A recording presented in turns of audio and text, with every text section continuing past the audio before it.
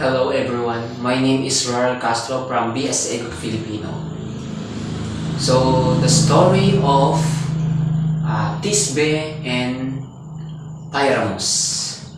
The oldest surviving version of Pyramus and Thisbe is a poem written by the Roman poet named Ovid. In the story of two young lovers are forbidden by their fathers to be together.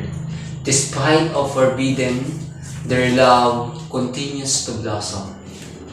Unlike a lot of Greek and Roman myths and tales of Pyramus and Thisbe, isn't set in the Greece and the Italian peninsula or even anywhere on Mediterranean Sea. Instead, the tragedy of these young lovers takes place in the super ancient city of Babylonian. This story is similar to the story of Romeo and Juliet. These are two young lovers who are forbidden to marry because of their family, a long-standing rivalry. These two tragic romance stories are comparable in many ways. The similar concept and elements reflected to the two works portrays them of love and tragedy, while also expressing at the same types of characters and events.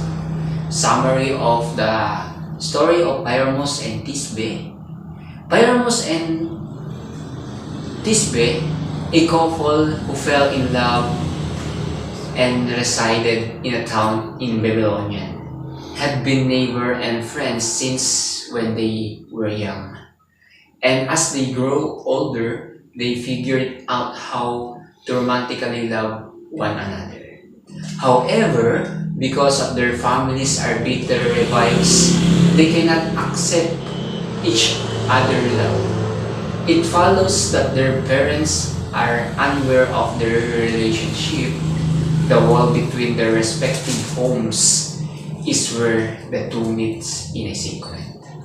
The couple discussed their problem during a subsequent confidentially conversation on a certain day. Because their relationship parents don't approve, the two must make a choice because of their emotions are really difficult. According to their conversation, they will flee to be together and met in the cemetery beneath mulberry tree. The evening of meeting, Thisbe arrived there first and awaited an entrance of her cherished Pyramus. Unexpectedly, a fierce female lion shoots there who could still taste the blood from the slaughter. The lioness snatched Thisbe veil and immediately tore it, leaving their veil covered in blood. Thisbe was so terrified that she hastily hurried to closet cave. He searched for his beloved but was unable to locate him. Pyramus was so distraught that he believed in a girlfriend has passed away. He then made that decision to stab himself to the death. As a result of what he did, the mulberry fruit turned color since it was loaded with his blood. Thisbe stepped out of the cave she was hiding to meet her boyfriend Pyramus for a meeting while she was still conscious of what had happened to her. But she discovered him bloody and dead.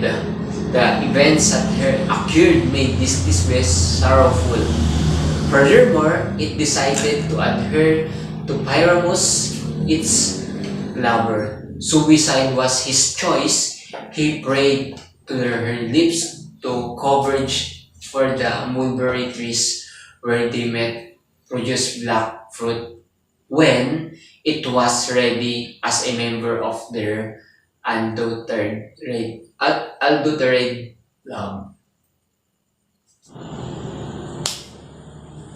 So the main problem of this story is all about their families forbid them to be together or see each other because of their family conflict.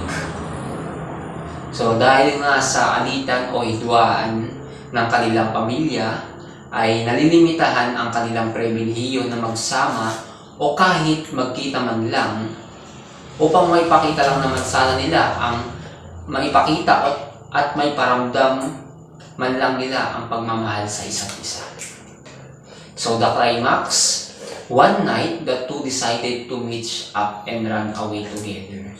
When Pyramus discovered a clock that belonged to Thisbe, he thought that she had been killed by a lion. Pyramus then killed himself. Thisbe found a Pyramus dead and killed herself also. So, what is the message of Pyramus and Thisbe? Pyramus and Thisbe are two people who love each other very much and would to do anything to be together. Yet, fate somehow prevented them from their together in case it has a fact that their parents hate each other. Another theme at work is how not everything is always as seems. So the moral lesson of the story is this story lesson is a genuine love trumps overall other types of love. Pyramus and Thisbe genuinely cared for one another and desired to be together forever. For instance, when they told their parents they didn't want them to be in love, they continued to communicate with one another. So, ang aral ng kwentong ito ay tunay na pag-ibig at nagtatagumpay sa lahat ng iba uri ng pag-ibig. Isa itong refleksyon na nagpapakita ng walang kapantay na pag-iibigan ng dalawa para sa isa't isa. Sa kabila ng hidwaan ng kanilang pamilya, ay patuloy pa din silang nagiging matatag at hindi mapaghiwalay na humantong mula sa pag-iibigan nila sa kabilang buhay o until death do us part. So yun lang. Salamat.